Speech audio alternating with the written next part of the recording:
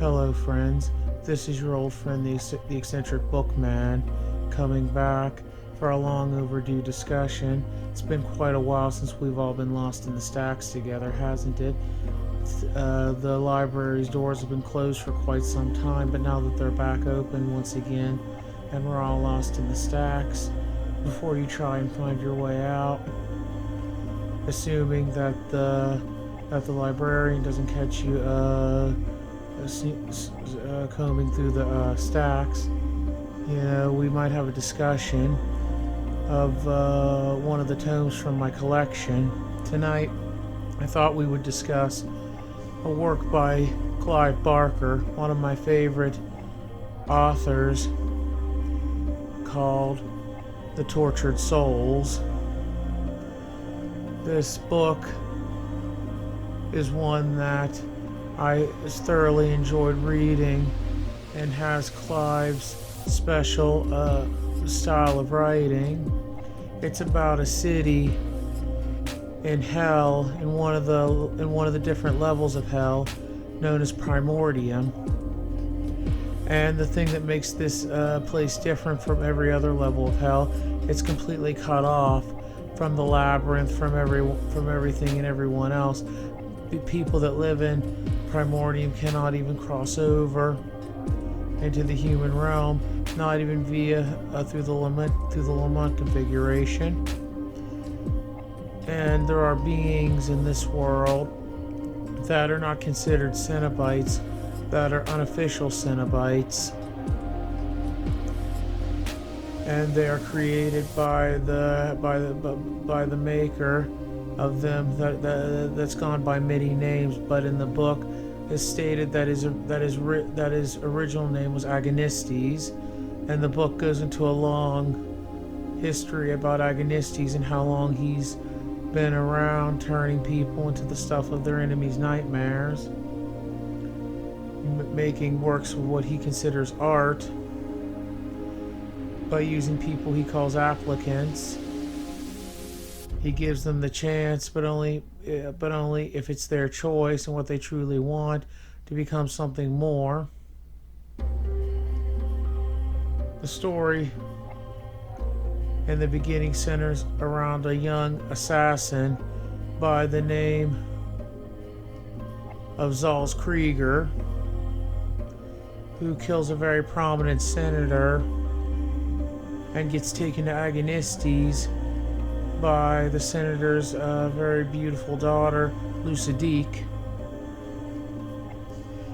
And Agonistes would then turn Krieger into what would be called a creature that would become known as the Scythemeister, as Krieger enjoyed killing people with a scythe when he was a man, and continues to do so as one of Agonistes'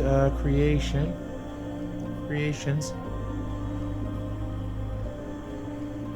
Before he became the Scythemeister, Lucidique had convinced Krieger that the whole system of Primordium was corrupt and that her father wanted to promote change and make things better for people like Krieger.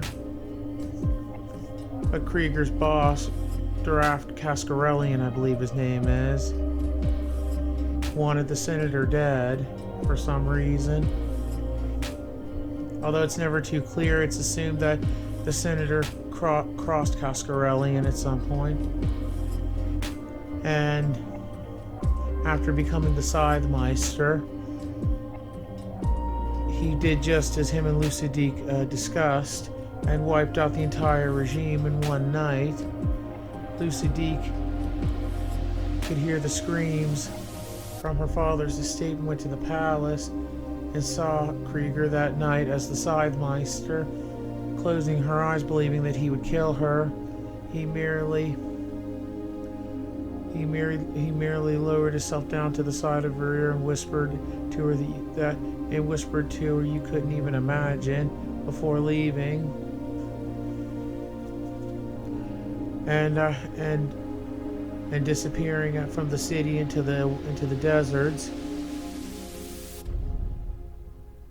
Cascarellian feared that the Scythemeister would someday come back for him, and as a result, sent his sons out to bring Lucidique to him, but ordered them to treat her with respect, as he normally had no respect for women, but to some extent feared Lucidique. But the sons did not listen to their father and taunted her and tormented her in various ways. But before things went any further, their father would show up and shoo them away from Lucidique. But Lucidique had exclaimed that she was tired of living. I'm not going to go too much into any of the details because these are just reviews and discussions. I wouldn't want to spoil too much in case anybody out there would want to pick up the book themselves. But she convinces Cascarellian to take her to the desert so she can breathe fresh air. And Cascarellian, in his fear or paranoia of the woman, took Lucidique where she wanted to go. And upon their arrival deep into the desert, a sandstorm arose. Cascarellian, believing it was the Scythemeister, Zal's Krieger, stabbed Lucidique in her chest with a knife before fleeing back to his armored convoy with his sons, and taking off. But it was not the Scythemeister that was in the heart of the storm, in the sandstorm. It was Agonistes. Later on, at not that night, but at an undisclosed time, Lucidique would come back for revenge, making the same arrangement with Agonistes as Krieger did,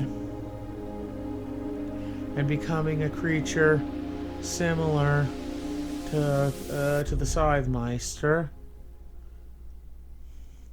She quietly slaughtered Cascarellian's men and family before tearing him apart and disappearing through the back alleys of the city. After the regime had been totally obliterated by the Scythemeister, and Cascarellian had been killed by Lucidique, the city had been mainly run by three generals. The main one of the three that seemed to be in control, Montefalco. I'll leave the other two's names up to you if you decide to pick up the book. Had ideas about how the city should be run, and it was these ideas and ideals that would lead Montefalco to do business with a creature like surgeon called Dr. Talisac that himself had, through science, had impregnated himself with a fetus known as the Mongroid. In the shut-down hospital that he was working out of outside the city. I believe it was a shut-down hospital that looked abandoned, and anybody who approached Montefalco had shot or and killed. They were greeted by a dwarf woman who led them down into the basement. Again, I will leave her name in case you decide to pick up the book, as I do not want to spoil this book, only give you something to nibble on so you can make your own choices if this would be your cup of tea. And Montefalco and the other two generals went to Talisac to demand he make them a monster that could root out and destroy all of the monsters in Primordium. He agreed on one condition, that they not harm him or his unborn child in any way, to which Montefalco agreed. Talisac told Montefalco to return the next night but come alone and to not bring his the other two generals. And Montefialco did as he was told. That's when the dwarf had answered again, leading him down into the basement and being introduced to his monster, a vile, grotesque thing that had the strength of an ox or a brute, called Venal Anatomica, and was programmed to only take orders from him. He ordered Venal Anatomica to go to the estate where Lucidique and her lover, Zalskrieger the Scythemeister, had taken refuge. They had found each other and had engaged in a passionate love affair, despite their physical forms. One night, when Zalskrieger was in the garden getting some flowers for Lucidique, Lucidique looked down from the balcony from the room, thinking she was looking at Krieger, seeing something large moving through the garden. Krieger being attacked from behind, by Venal Anatomica, was overpowered, and Venal Anatomica would ultimately eventually kill Zalskrieger, the Scythemeister.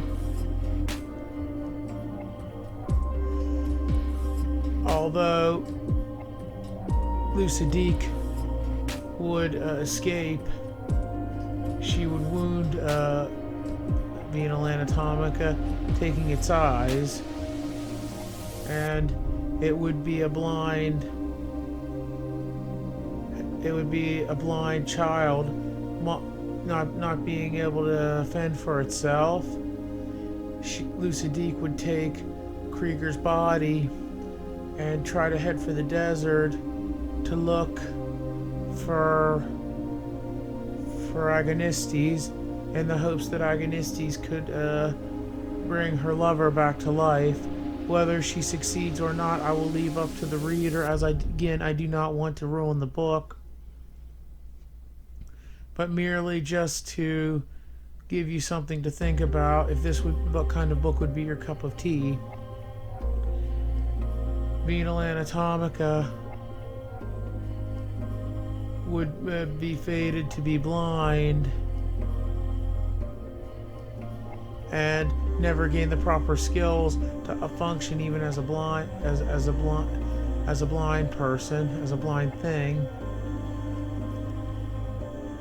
Montefialco would still feel some kind of protective instinct toward the creature and order the people in Primordium to leave it be. Venal Anatomica would become known as the blind one, and anybody who made fun of him was shot on sight.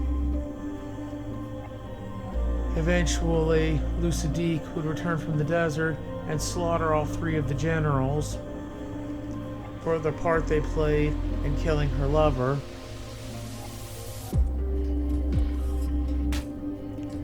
And she would leave Venal Anatomica to roam around, a blind, helpless animal of a thing, coming to the conclusion that it would be too merciful to kill it.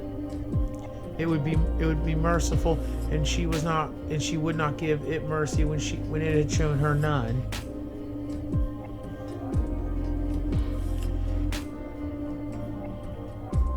Returning to her father's estate, she decided that she would stay in Primordium until it burned itself to the ground. Only then would she leave and return to the desert. There's a lot more than what I covered in this discussion, in this review, but I leave that to the readers, and this is just a general outline in my opinion of the book. I think it is a great book by Clive Barker. It is one I enjoyed reading, one I hope you'll enjoy reading, and as always, and on the show, We review every books from every genre, and there is no judgment here for any book, any author, or any story. Stories on in the stacks are judged on their merit, and not on their subject or what genre they come from. I appreciate being able to have our discussions again. I hope that it will not be too long before we get to get to be lost in the stacks again. Well, I guess you better be on your way. The library's closing, and things get to be quite quite unnerving around here after hours. You'll be fine with me as your guide, as long as you remember one thing. It's only a story.